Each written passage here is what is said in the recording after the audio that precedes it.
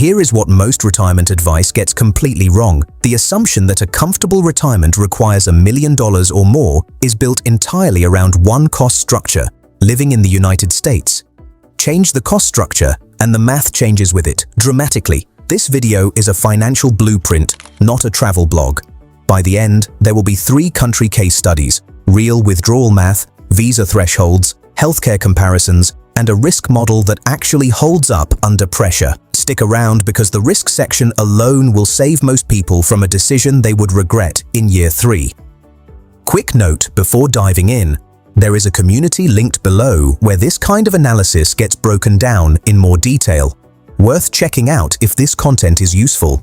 Now, the math. The central question behind any retirement plan is not where to live. It is how much capital produces how much monthly income without running out of money over a 30-year horizon. Everything else builds on top of that. The most widely cited framework is the 4% rule. It states that a retiree can withdraw 4% of their portfolio annually and historically not run out of money over a 30-year period, assuming a diversified portfolio averaging 6 to 7% annual returns against 2 to 3% inflation.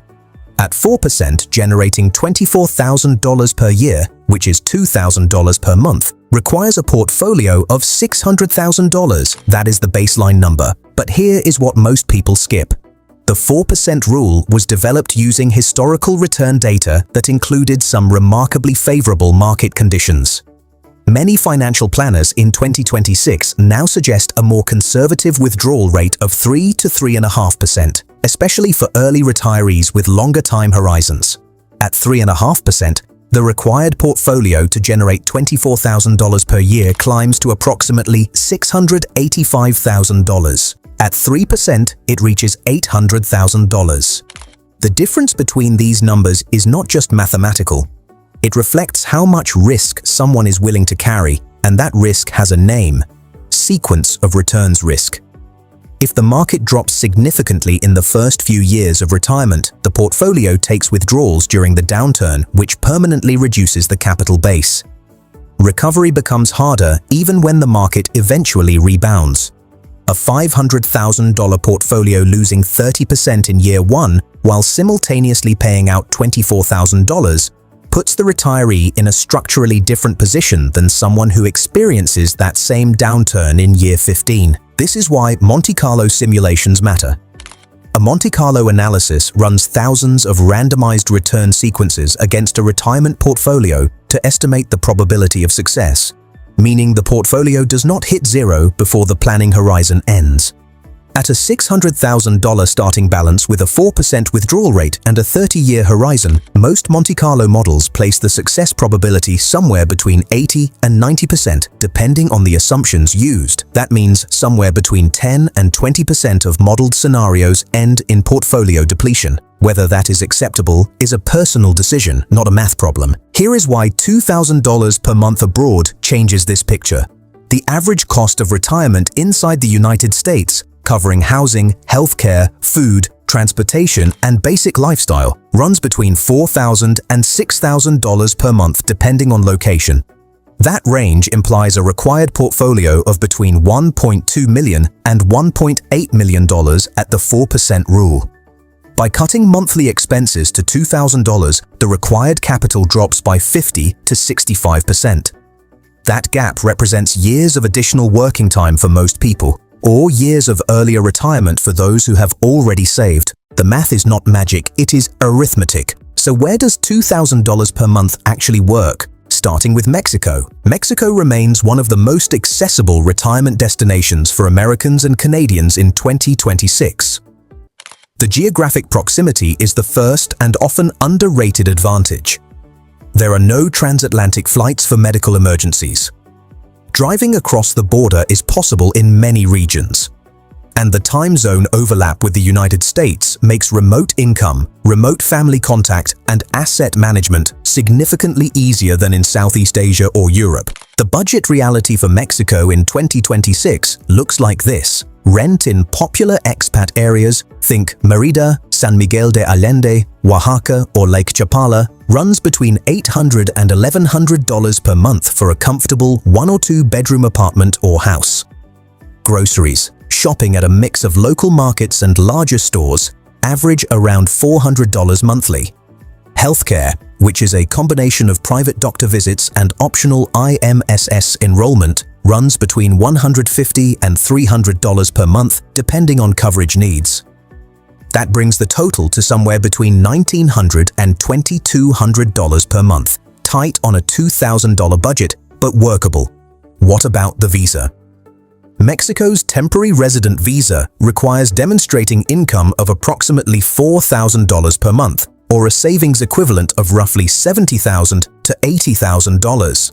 This is a meaningful threshold. It immediately raises the question, if the income requirement is $4,000 per month, how does someone retiring on $2,000 qualify? The answer is that the visa income requirement and the actual monthly spending requirement are two different numbers. The income or asset demonstration is a one-time qualification threshold to show financial self-sufficiency. It does not dictate how the money gets spent. Someone with a $600,000 portfolio easily meets the savings threshold and qualifies for temporary residency even if they are only drawing $2,000 monthly. Permanent residency in Mexico requires a significantly higher financial threshold, closer to $200,000 in demonstrable assets. That is a longer-term consideration, not a first step. One risk worth naming for Mexico specifically, costs have been rising. Expat popular areas have experienced meaningful rent inflation over the past several years as remote work demand increased. The budgets here reflect current 2026 figures, but anyone planning a 10 to 20-year retirement in Mexico should build in an assumption that costs in those areas will continue to trend upward. Now Portugal. Portugal has been the dominant European retirement destination for the past several years, and in 2026 it remains compelling despite some important changes to its tax environment. Outside of Lisbon, cities like Porto, Coimbra, Braga, and coastal towns in the Algarve, rent for a comfortable apartment runs between $900 and $1,200 per month.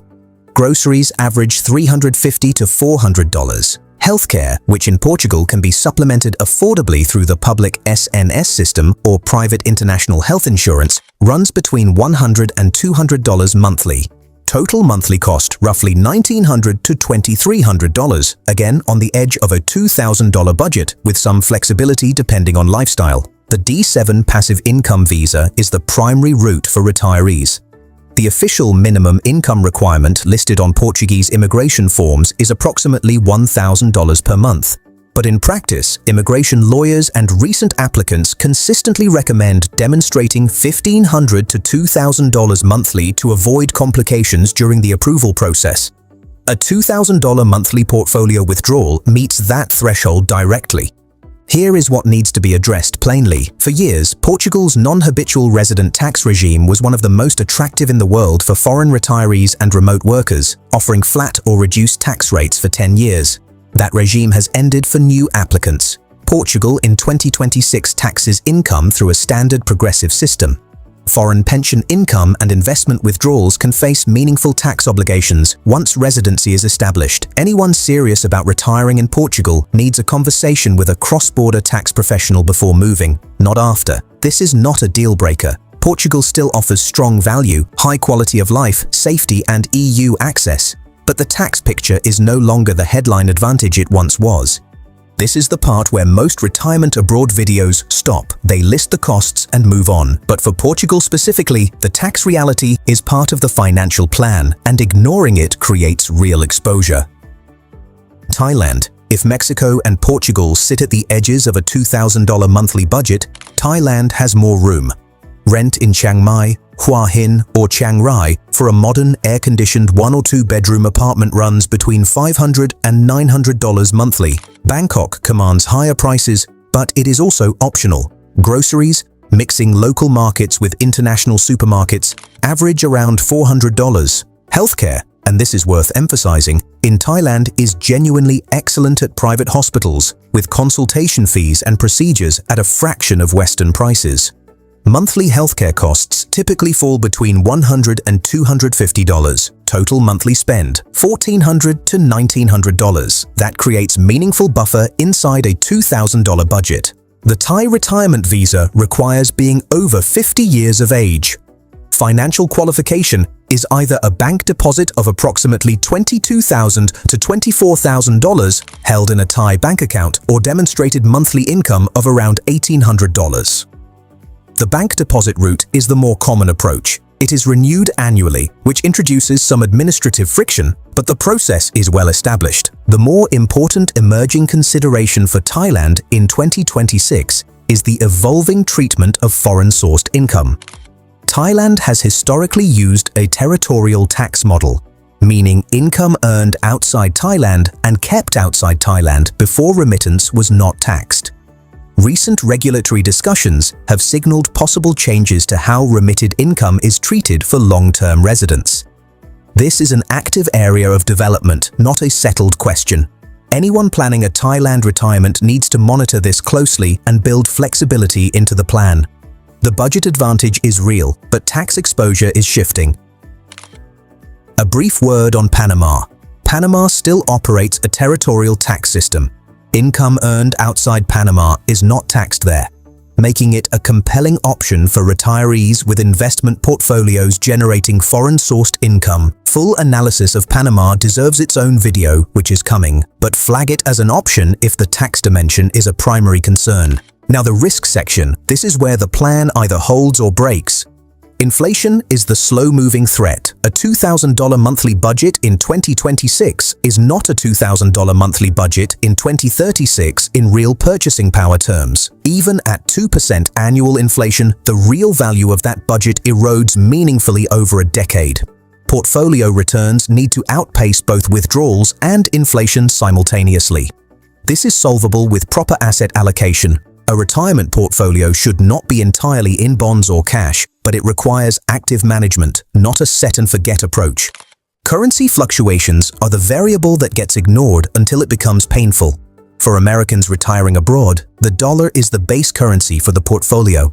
A stronger dollar makes life abroad cheaper in local currency terms. A weaker dollar does the opposite. Mexico's peso, Portugal's euro, and Thailand's baht all move against the dollar. A portfolio generating $2,000 per month feels very different on the ground when the exchange rate shifts 15 to 20% in either direction. Maintaining some flexibility in monthly spending, the capacity to pull back when the dollar weakens, is a practical buffer, not optional. Healthcare shocks are the most frequently underestimated risk. Monthly healthcare costs of $100 to $300 are routine care figures. They do not represent a major cardiac event, a cancer diagnosis, or an accident requiring hospitalization and potential medical evacuation. International health insurance with coverage above $1 million is a non-negotiable line item in any serious retirement abroad plan. The cost of that coverage, typically $200 to $500 per month for someone under 65, should be factored into the base budget, not treated as an afterthought. Visa rule changes are real. Every case study country in this video has experienced policy changes in recent years. Thailand's financial requirements have shifted. Portugal's tax regime changed. Mexico's visa thresholds have been updated. Anyone retiring abroad should have a contingency country, a second option that has been researched and partially prepared. The mentality of being permanently wedded to one country creates fragility. Market downturns in early retirement are the sequence of returns risk already mentioned, but it deserves a direct behavioral note. When the portfolio drops 20 or 30% in year 2 of retirement, the instinct is often to stop withdrawing, to return to work, or to panic sell into the downturn. The discipline required is the opposite. Staying allocated, reducing optional spending temporarily, and allowing the portfolio to recover without locking in losses. That discipline is genuinely hard to maintain. It is harder when living abroad without the psychological safety net of a local support system. This is not a reason not to retire abroad. It is a reason to have a written plan that was stress-tested before the downturn happens, not during it. Putting the full picture together, for someone with a $600,000 portfolio, a 4% withdrawal rate, and a target of $2,000 per month, Thailand offers the most financial breathing room with the lowest baseline costs. Mexico offers the best combination of proximity, familiarity, and cultural accessibility for North Americans.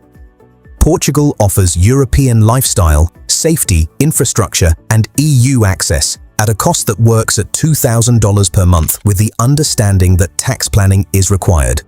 None of these are perfect. All of them are real, and any of them represents a fundamentally different retirement cost structure than staying in the United States with the same portfolio. The choice of withdrawal rate, 3% versus 4%, is ultimately a decision about how much risk is acceptable versus how many additional working years are worth contributing. That is not a math problem, it is a values problem. The math just defines the range. The portfolio target range for this plan, depending on risk tolerance, runs from $600,000 at the aggressive end to $800,000 at the conservative end. That is meaningfully less than the 1.2 to 1.8 million typically cited for domestic US retirement. The gap is real. The lifestyle trade-offs are real. And for the right person, the trade-offs are worth it.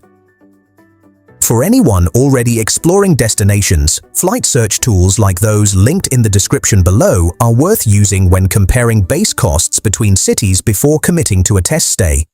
The next video in this series addresses the question that naturally follows this one. How long does $1 million actually last in these same countries under different withdrawal scenarios, including stress-tested market conditions and healthcare events? It is a more granular look at portfolio longevity that will change the way most people think about their number. If the $2,000 blueprint resonated, that video is worth watching in full. Subscribe so it does not get missed. The retirement abroad decision is not about finding the cheapest place to live. It is about engineering a life that the portfolio can actually sustain, in a place worth sustaining it. These numbers show that $600,000 can do what 1.5 million struggles to do domestically. And that gap is the entire argument.